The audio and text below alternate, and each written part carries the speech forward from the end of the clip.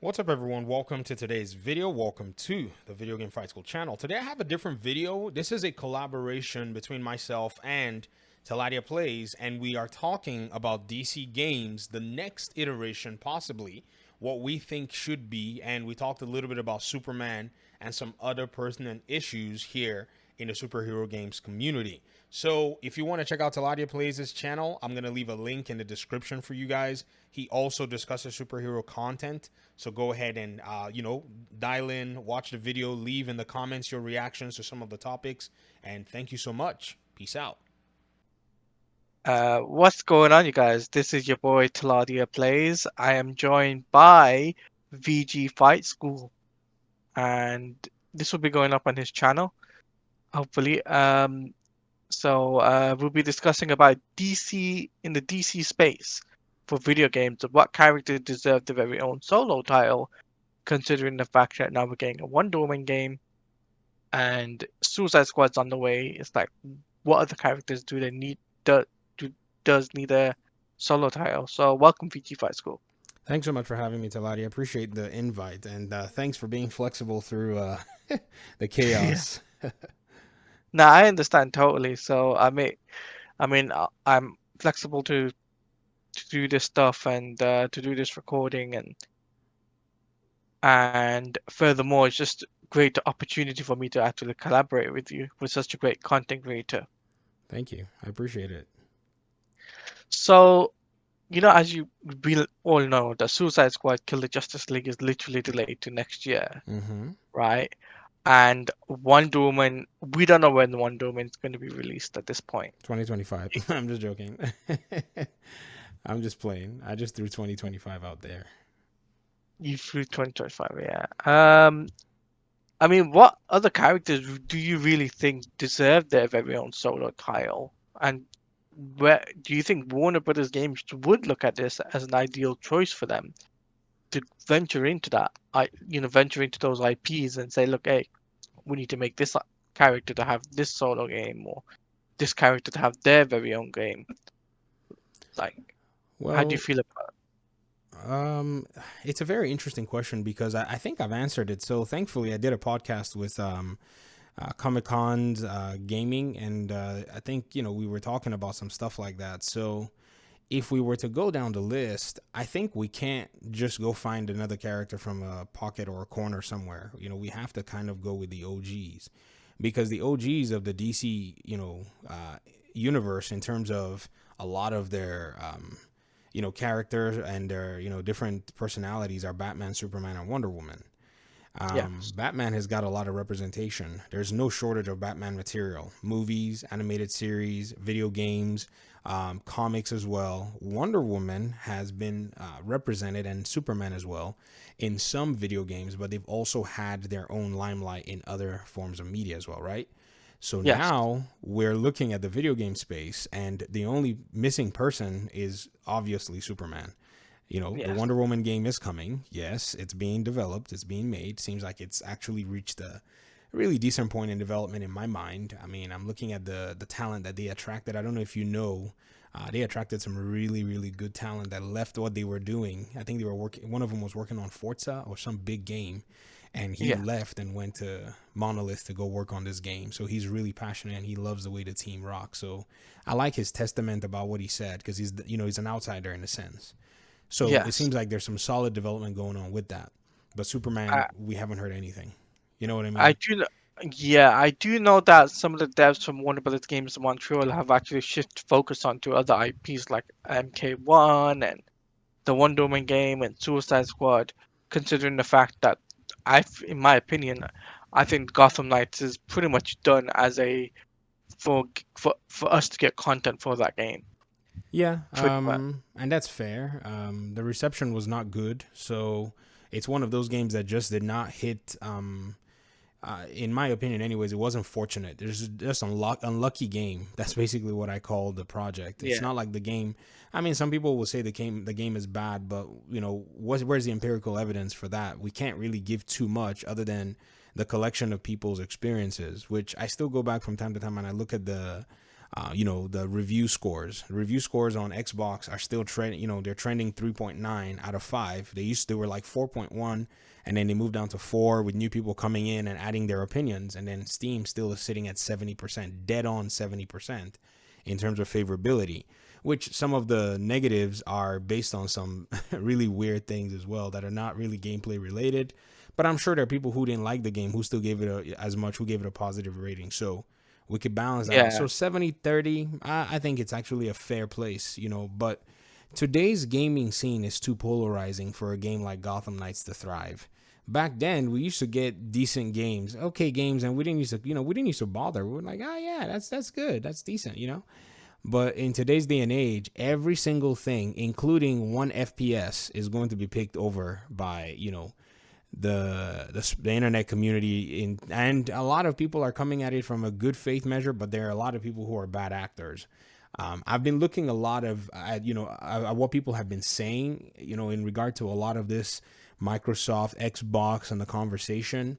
The loudest voices are bad faith actors, in my opinion. I think they're not here to actually argue, the reality. I think they're interested more in scoring points, or they have some motive. Maybe they may not know that that's what they're portraying anyways, but that's my perception of a lot of the conversation. So it's a very hard space today to actually talk sensibly about gaming in that regard. So Gotham Knights, yeah, I wouldn't be surprised if it's done. I think it is. And if the developers have moved on to something else even more exciting. Did you see Mortal Kombat 1? Yes, I did. I am looking forward to that game, but I have to get that on sale, unfortunately, because I just purchased Marvel Spider-Man 2 Okay. because that's a game that I'm looking forward to, and it's coming out roughly a month apart Nah, from I'm buying from. Mortal Kombat. Forget Spider-Man. I mean, Well, if I had to pick between the two, it's like it's very difficult because one game is action adventure, the other one is a fighting game. I yeah. like I like both, but because like I can only afford one game at a time, and plus with Suicide Squad literally coming out Hmm. in February, it's like you're gonna have to make the ultimate sacrifice, Yeah. which is Yeah. basically choosing the one game over the other. I would lean me personally. I would probably get Spider-Man on sale, because for someone who's not a Spider-Man fan, I've spent way more money on Spider-Man than even some Spider-Man fans. You won't, because my children are Spider-Man fans, and Right. so I've been gathering a lot of the PlayStation 3 titles for them. I have a lot of the Spider-Man titles just so that when they're old enough, if they want to play, they can still have access to those games. So yeah, I've spent my fair share of Spider-Man, so I wouldn't mind if I waited for the Spider-Man game to go on sale a bit. For Mortal Kombat, as somebody who will be playing, who wants to play avidly, I think day one purchases are important because I'm kind of wanting to nerd out and not be on the back foot when I get into the space. It's not. Yes. It was Yeah. helpful to jump into Mortal Kombat 11 on day one so I could fail with everybody and win with everybody and get used to the game and learn, all the mechanics and punishes and techs and all that stuff. That's been really helpful. And I did the same thing with Street Fighter, and Yeah. that's been the best way. I tried waiting with MKX, and I felt like I was lost. I'm not a good student, anyways, but when I miss school, I just feel I give up. So I can't miss school in quote. And when Yeah. school I starts, understand. come when MK1 comes out, I don't know if I'll be able to keep up if I don't jump in day one and start experimenting and gaining muscle memory and all that. So that's one of the reasons I'm going for MK1 day one over Spider-Man.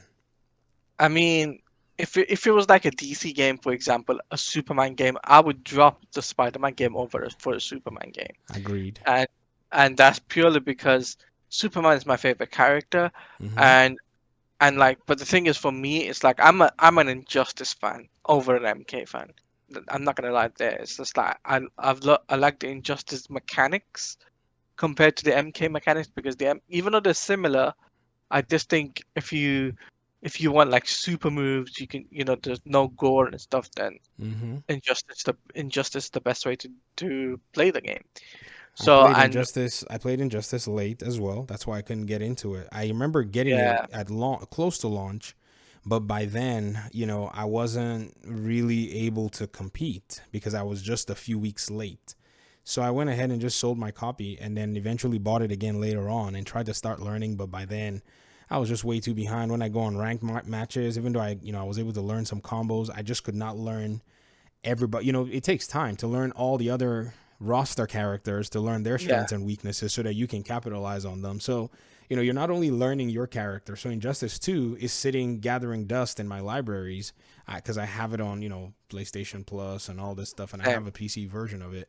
But at the end of the day, I can't, except maybe I sat down with somebody who was patient enough to say, okay, let's walk through some of the mechanics and all that. But I just feel like it was a loss. I missed a big window of opportunity, and I fight myself every day for missing out on a DC fighting game like that. So, I mean, when it comes down to new properties and new IPs, I think the main key focal point is like what what is the game mechanic going to be like? Like hmm, obviously, single player experiences are a lot different to fighting game experiences, right? hmm, Because they're two different mechanics. Now, obviously, I wanted to ask you this question: is like, do you think if WB Games Montreal were planning a Superman game, do you think they should focus on a RPG style of a Superman game, similar to Gotham Knights? Or do you think they should focus on a brawler type game like Factor 5 did back in the day? hmm. What a loaded question. The kind of question that'd get me dislikes.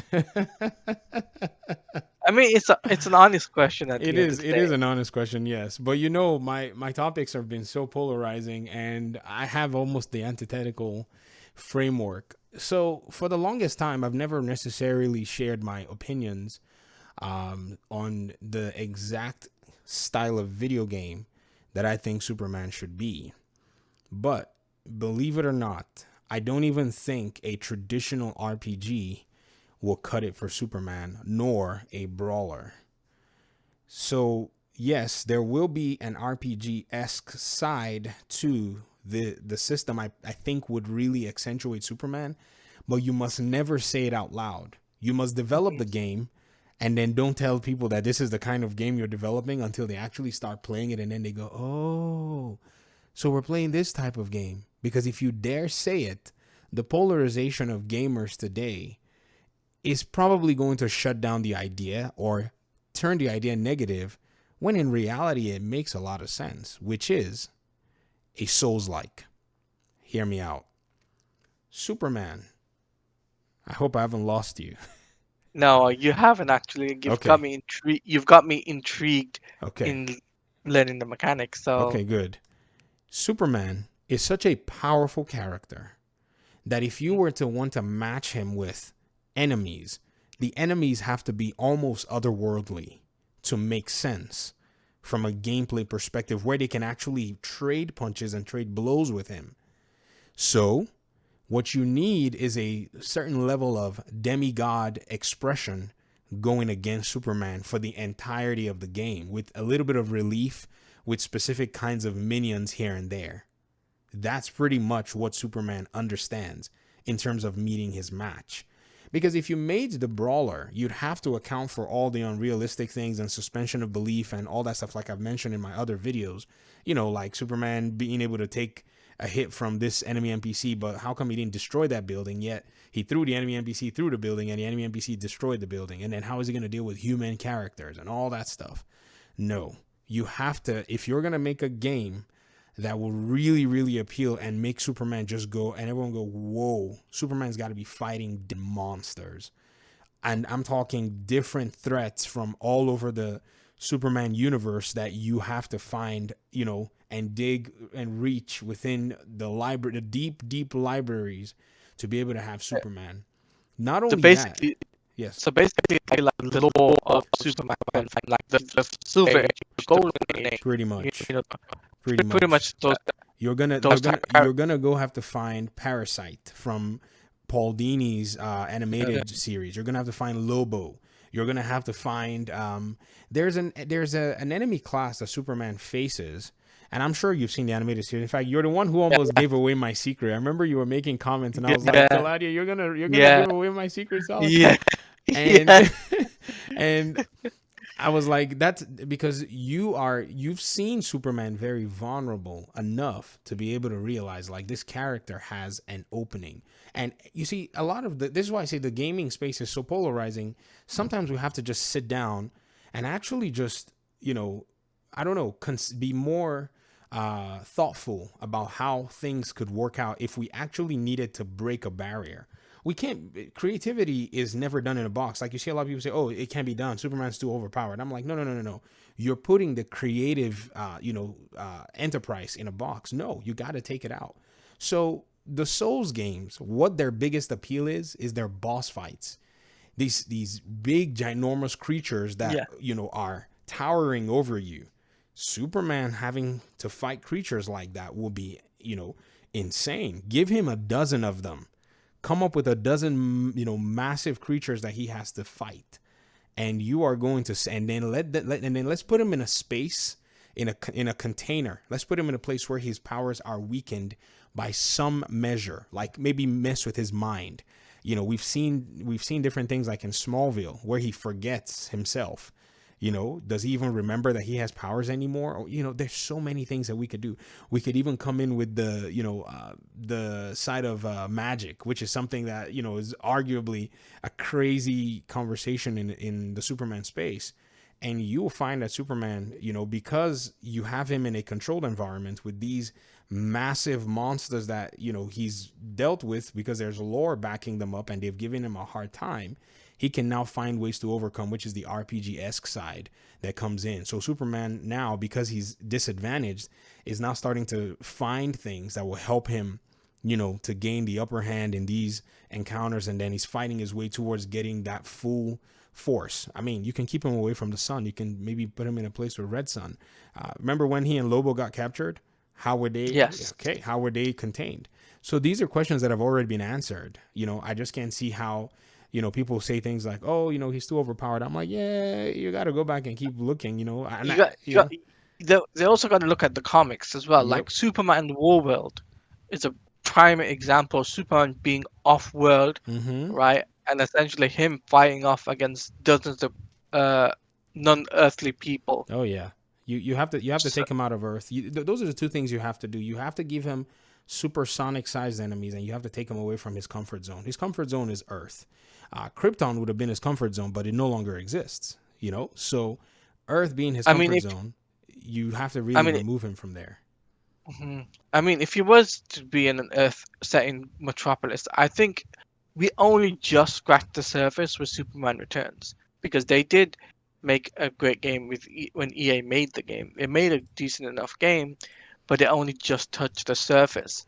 Whereas, if we got like how Factor 5 was planning it, Mm-hmm. but on a grander scale, and if they had the backing of from the publishers and the people at Warner Brothers and everything, I think we would have surmounted to having multiple Superman games, right? Believe it or not, I've And never played a Superman game. The only games I played with Superman in it are Injustice. I never even played those other games from back in the day. I just liked Superman from the cartoons. I never even read yeah, a lot of comics. And when I found out those games were a thing, I was already gaming on the PS3 and the Xbox, 360, which we yeah, didn't seem to have any games like that. So Batman Arkham was where I got into, and I was like, oh my gosh, superhero gaming rocks. And so I definitely see that. So if the developers at Warner Brothers Montreal, and to answer your question, if the devs at Warner Brothers Montreal are going for a Superman game,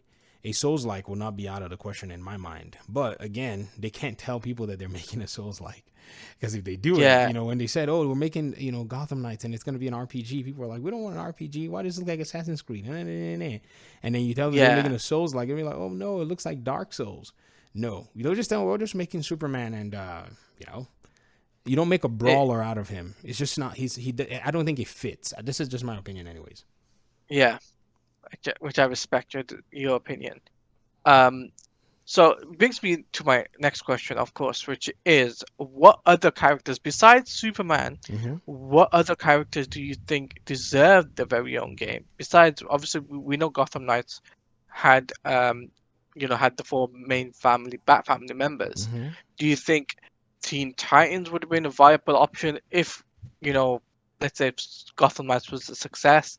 And do you think that a Justice League game or a better yet a Green Lantern game could work in the gaming space? Ah, those are very good questions. So, the first thing we have to look at is these video games coming out, especially in the superhero space, they are bound by popularity. They have to be able to meet a popularity, you know, concept. And what I mean by that is when the marketing teams or the producers or the directors are looking at, okay, what game are we going to bring out? It seems like everybody's pursuing the brand name today because the competition has just gotten insane, you know. So, what is the atmosphere for Green Lantern to do well as compared to Wonder Woman? Wonder Woman in the last few years has been, you know, has gotten a very positive limelight. She's been back in the limelight and, you know, she's had two movies. And so that's going to resonate for the character. You make a Batman game today again, everybody's going to love it because, you know, he's always in the news. You know, you make a Superman game right now, you know. So the question I'm looking at is, you know, which character is going to have that mass appeal? Because we have to be realistic. Because if you left it up to me and say who I deserve, simple. Black Canary. I'm sure you're probably going, where did that come from? Yeah. Black Canary to me seems like she's going to make for a solid brawler game. It's insane how good it's going to be. You can even make the game like a companion style game where you know Kratos and Atreus, right? Yes, So yes. think about you know, Dina and is her name Dinah? Dinah. I forgot. Dinah and Oliver, her husband, where they're playing like, you know, a brawler type deal. We're back and forth. Once in a while, he comes with her on missions and he's helping her do stuff from time to time. But at the end of the day, because she's such a skilled fighter, she has a game that's actually, you know, tailored to herself. That would be if it was left to me, if I had to direct the game, because at that point, we would have so much creative freedom. You know, as the development team will have so much creative freedom. You know, they'll have very minimal resistance to, you know, a very to any precedence that's already there. Gotham Knights lived in the shadow of the Arkham games. There was no getting out of it. Does that make sense? Almost every review you saw, Arkham, Arkham, Arkham, Arkham. It doesn't have this as like Arkham does. It doesn't look like Arkham does. It doesn't do it. But if you make a Black Canary game, now the rules are basically reset. There is no precedence for a character like, you know, Black Canary. And so you're solid because it's a human character. It's not like some otherworldly character like Wonder Woman. So you get to set the rules as to where you want to expand her powers and where you want to expand her abilities throughout the game, and you know, your lore and your story. You could make modifications to your lore and your story, and you're not gonna get flack like Mystic Leap. When people saw the Mystic Leap, they were like, "Oh my gosh, you know, this looks very weird. Why is Red Hood doing this?" When in reality, they were just expanding from some of the, you know, different literature that's out there. But with Black Canary, where we don't have a video game for her, we have her in a video game, but we don't have a video game dedicated to her in any way. You just leave things open. And I think that's what Wonder Woman is going to enjoy, because we don't really have a video game dedicated to her, you know, in my memory anyways. It might be an old Wonder Woman game somewhere, because I've looked at a lot of these channels that do, you know, Wonder Woman in games from, you know, 1987 till today or whatever it is, Yeah, you know. yeah, 2000. Yeah. Yeah. So, but you know, any Wonder Woman game that comes out now, there are literally thousands and thousands of gamers that would see it and think it's the first Wonder Woman game ever, because those other titles have just been so far in the past. I think that would be the case. So that character will have to be a character that's based on, you know, if if we were thinking about it from a realistic perspective, they'd have a, you know, the market appeal. But left to me, deserving, I think one that's relatively that has relative, um how do I what's the word I'm looking for, that's not too well preceded by much material in the video game space. I guess that's how I should put it, because they will thrive in a sense. Green Lantern, would he thrive? I think so. Green, I think Green, he meets the intersection. Actually, he's popular enough. He's more popular than Black Canary. Is that something we can agree on? we kind of agree that he is more popular than Black Canary. That Okay.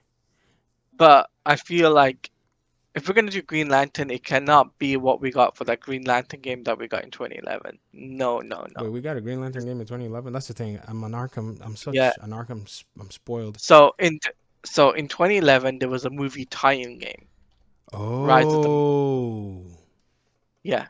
no. So there was a movie tie-in game called Green Lantern: Rise of the Manhunters, Oh, and interesting.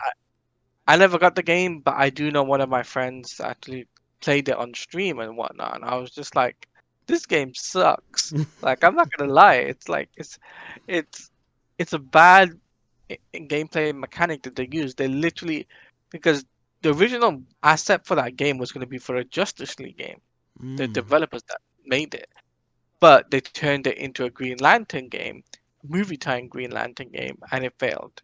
So yes, I would like to see a Green Lantern game, but I hope it doesn't turn out for what we got in previous years. I would like to see something new, something fresh. I think possibly for what like similar to what we got in Gotham Knights. mm-hmm. I think that would be pretty cool for a Green Lantern game, in my opinion, because an RPG type of game, Green Lantern isn't grounded like Gotham Knights, but there is some certain mechanics like constructs would be pretty cool that you can use in an RPG element. Mm-hmm. Yes, Like, Green Lantern is definitely the one character that it makes a lot of sense to give an RPG game. I agree with you. Yes, very much so. Very much so.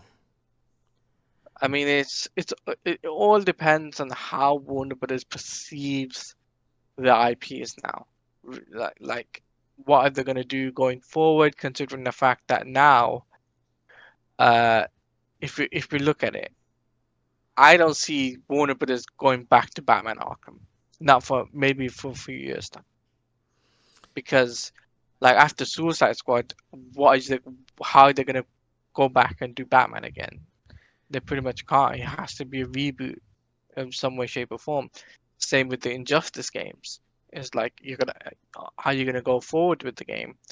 Like the only thing you can do is recast Batman, Hmm. but do you get what I mean? It's like they need these other IPs to have their own game, like with Titans, Green Lantern, Superman, Flash. I would even mention Flash as well because Flash is another character. Just recently got a film, and I went to see the film. I'm just like, why hasn't there been uh, a Flash game? That would be really, earth shattering because of his super speed. It'd be pretty cool. Um, but nobody has really tackled these IPs, and it really saddens me because like these IPs could make millions and millions of dollars in revenue. So the first thing is, possibly the way the world of this whole IP thing works is it's very interesting. It's not like I don't think the reason they don't have games is because it's a question of why don't they have games. I think it's a question of just the business strategy overall. So let's go ahead and look first at the big players. So who can develop these games at the quality that DC would be comfortable with? The publishers that can develop games like that are actually few. There are not too many of them. Number two, Warner Brothers may have a strategy where they are quite adamant about licensing anything out anymore. If you get what I mean, they may want to do a lot of Yeah, in-house stuff.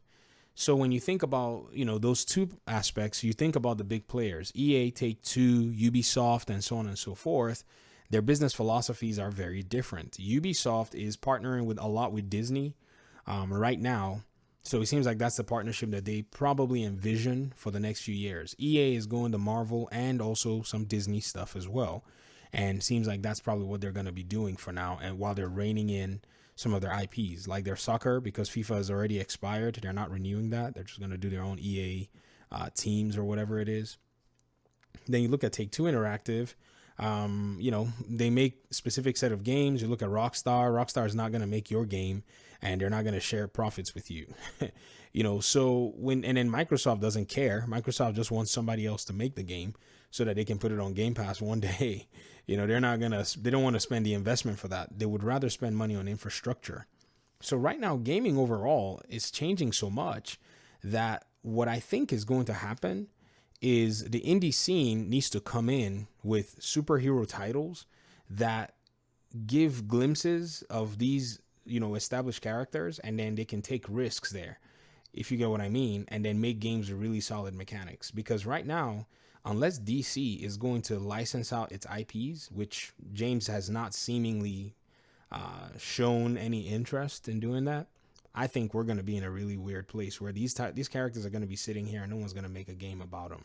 And if anything, the games you're going to be seeing are possibly going to be games that James Gunn is sanctioning based on his movies or his vision, which I don't remember seeing Green Lantern there. So I won't be surprised if there's a Batman reboot game right after all these other games are made.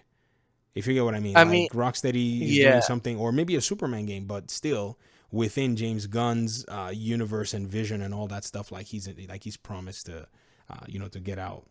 yeah. I mean, from what saw from the article by Tweaktown, where David Zaslav did the earning call and basically said that if we're going into the world of Superman and people want to explore that, then we can make a video game about him, right? Mm-hmm. Or in that video game space of the Superman character.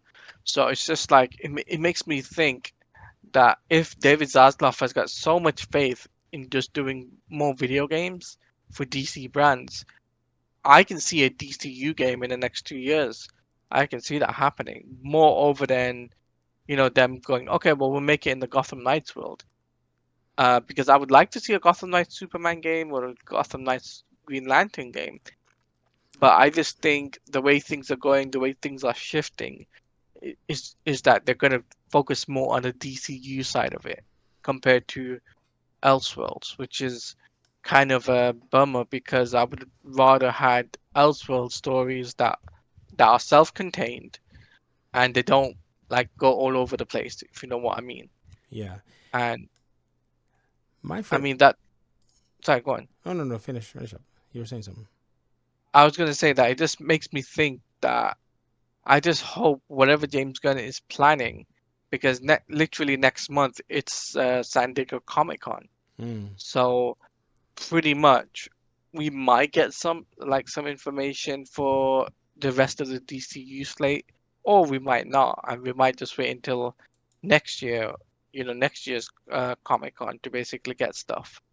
Because yet again, this is coming back to This is coming back to the phase of DC needs more DC games than ever before, whereas Marvel are just pushing out different IPs. Like you got the Black Panther, Captain America game, you got the Iron Man game from EA, then you've got Spider-Man 2, you've got the Wolverine game. So if you know what I mean, where DC needs to do this stuff, but because they're not doing it, and they're just focusing on in-house rather than being like, okay, well, we'll give it to this publisher, or, sorry, this developer or this developer. It's like, it, what's the point of them hanging on to this stuff? Yeah, I mean, I definitely understand, but again, their business model is where it's keeping. And, to be honest, I feel disenfranchised by DC, and I felt that way for a long time. Yeah, And it's not because I'm being a pessimist. I'm a huge optimist, and so but seeing the way that they're handling their gaming arm, I don't know what their interests are. I don't know what they, I don't think what I don't know what they envision when it comes to their development cycles.